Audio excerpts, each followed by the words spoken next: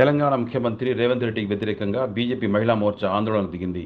BJP మహిళా మోర్చాకు చెందిన పలువురు కార్యకర్తలు హైదరాబాద్లోని ట్యాంక్ బండ్ దగ్గర గల అంబేద్కర్ విగ్రహం దగ్గర ఆందోళన చేపట్టారు. కేంద్ర ప్రభుత్వం తెలంగాణపై వివక్ష చూపుతుందన్న రేవంత్ రెడ్డి ఆరోపణల నేపథ్యంలో బీజేపీ ఈ ఆందోళన చేపట్టింది.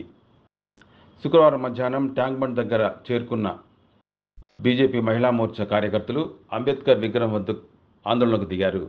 ఇదేమీ రాజ్యం, ఇదేమీ రాజ్యం, దొంగల రాజ్యం, దోపిడీ రాజ్యం అంటూ నినాదాలు చేశారు. సీఎం డౌన్ డౌన్ అంటూ నినాదాలతో హోరెత్తించారు. దీంతో పోలీసులు వారిని అడ్డుకోవడంతో పోలీసులు నశించాలి అంటూ నినదించారు.